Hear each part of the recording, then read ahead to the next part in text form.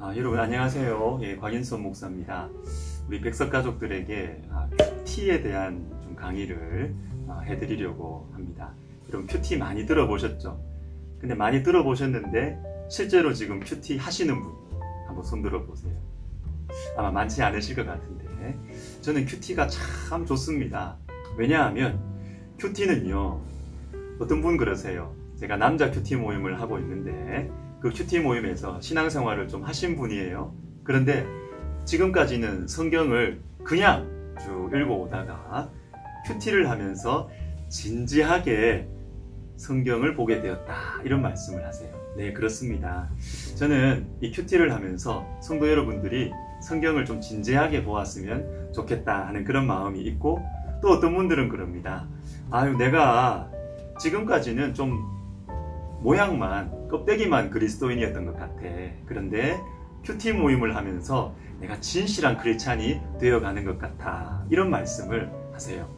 저는 참 그 이야기 들을 때도 참 마음이 좋았습니다. 그래서 여러분, 큐티는 이런 것입니다. 큐티는 나를 지켜주는 시간이다. 무슨 성경 공부를 하는 시간이 아니라 하나님의 말씀이 머리에서 가슴으로 내려오는 시간이고, 내가 세상 일하고 또 애 기르고 또 그리고 직장 생활하고 할 때 우리가 너무 바쁘게 살아가잖아요. 그런데 내가 도대체 왜 살아가지? 내가 무엇 때문에 살아가지? 이것을 생각해 볼 수 있는 하루의 아주 중요한, 그렇지만 짧은 시간이 큐티 시간이다. 그래서 저는 우리 백석 가족들이 다 이 큐티를 하면 참 좋겠다, 이런 바람을 가지고 있습니다. 그러면 큐티를 어떻게 할까요? 저는 오늘 아주 짧게 아주 핵심만 말씀드리려고 합니다. 제가 우리 남자 큐티 모임, 우리 설렁탕 모임이라고 하는데, 이 남자 큐티 모임에서 마가복음 16장으로 큐티를 하던 날이 있었습니다. 마가복음 16장은요, 예수님께서 십자가에 죽으시고 예수님이 부활하시고 바로 그 장면을 여인들이 가서 이렇게 당황하고 놀라는 그 장면이거든요. 그런데 이때 어떤 분이 요 본문으로 말씀 묵상, 이 큐티를 하면서 이렇게 이야기하세요. 예수님 참 외로우셨겠다. 제자들 다 부인하고 떠나고 예수님 홀로 참 외로우셨겠다, 이런 말씀을 하세요. 그런데 제가 그분의 이 큐티 나눔을 들으면서 저분이 좀 외로우시구나, 이런 생각이 들었습니다. 왜냐하면 말씀 속에서 말씀을 진지하게 보면 말씀의 현장과 나의 현장이 만나게 되기 때문입니다. 이것이 큐티의 묘미입니다. 그리고 또 어떤 분은 예수님의 부활 사건, 그 본문을 묵상하면서 같은 본문이었는데 이분은 이러세요. 예수님의 부활? 안 믿어진다. 어떻게 죽은 사람이 살아날 수 있냐? 저는 그 고백도 참 저한테는 신선하고 좋았습니다. 왜냐하면 하나님을 만나기 위해서는 먼저 솔직해야 되거든요. 다 아는 척, 다 내가 아는 척, 이렇게 하면 하나님 만날 수 없습니다. 그런데 예수님이 부활 안 믿기는데 안 믿긴다고 말을 하는 것이죠. 여러분, 큐티는 말씀의 현장 속에서 나의 현장을 보는 것이에요. 그리고 말씀 앞에서 솔직해지는 것이 큐티의 가장 중요한 핵심이다 라고 생각하면 되겠습니다. 그리고 제가 우리 교회에 우리 교역자분들과 함께 또 큐티 모임을 합니다. 큐티 모임을 하는데 한 번은 사무엘하 15장 말씀으로 큐티 모임을 하게 되었어요.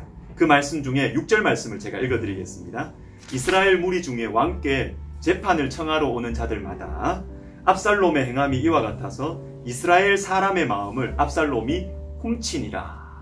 저는 내심 이 본문을 보면서 우리 전도사님들, 또 우리 강도사님, 우리 목사님들이 이거 어떤 성도가 나한테 이렇게 나쁜 짓을 했다, 우리 성도가 나한테 압살롬처럼 교사들의 마음을 훔쳐갔다, 성도들의 마음을 훔쳐갔다, 이런 고백을 할까봐 내심 걱정을 했었거든요. 그런데 참 감사한 것은 우리 교회 사역자분들이 어떻게 대부분 나누었느냐 하면, 제가 압살롬이었습니다. 제가 사람들의 마음을 훔치는 그런 역할을 했습니다 하면서 자기의 이야기를 하는 거예요. 제가 그 이야기를 들으면서 우리 교회 사역자분들 참 좋구나, 참 진실하구나, 이런 생각이 들었습니다. 여러분, 큐티는 내가 무조건 다윗이 되는 게 아니에요. 내가 압살롬이 돼보기도 하고 내가 늘 예수님이 되는 게 아니에요.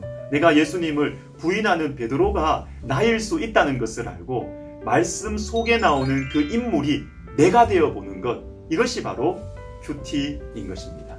그리고 여러분, 이 렘브란트의 아주 유명한 그림 중에 십자가 세우기라는 그림이 있습니다.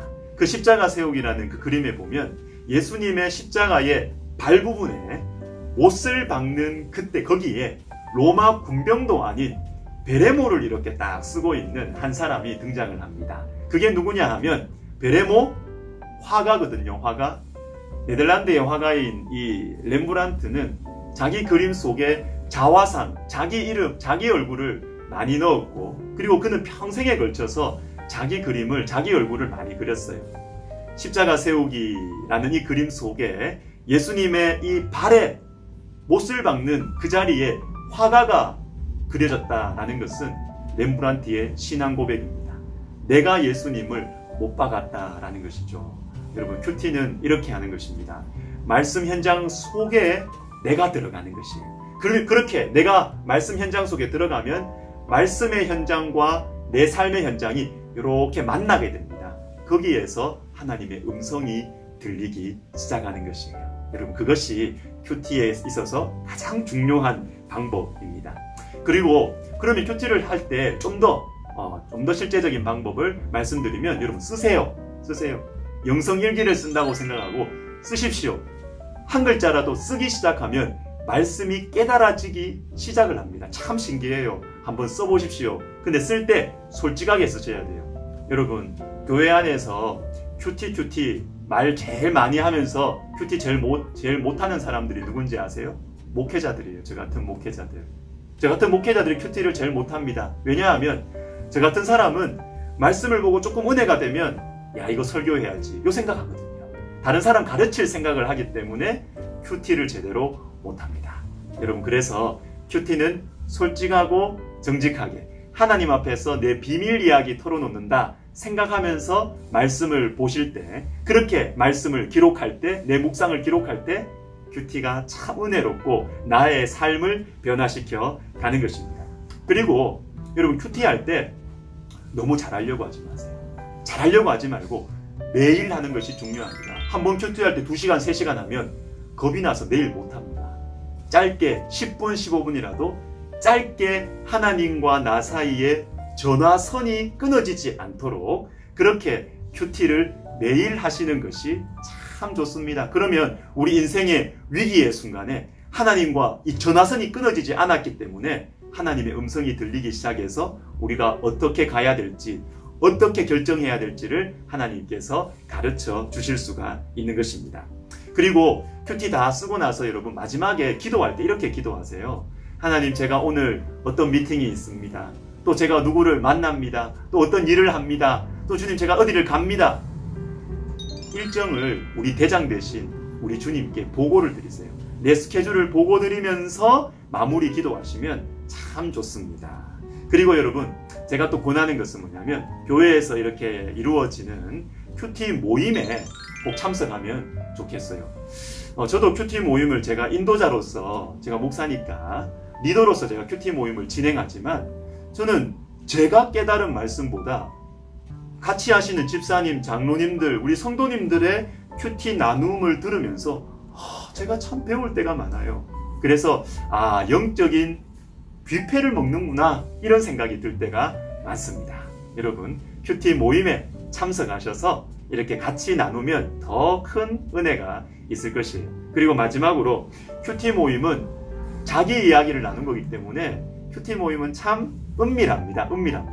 그렇기 때문에 여러분, 큐티 모임에서 일어난 이야기들을 비밀 유지를 해주셔야 되겠습니다. 여러분, 우리 큐티 가운데 여러분들이 많은 은혜를 받고 여러분의 삶이 변화되시기를 주님의 이름으로 축복합니다. 감사합니다.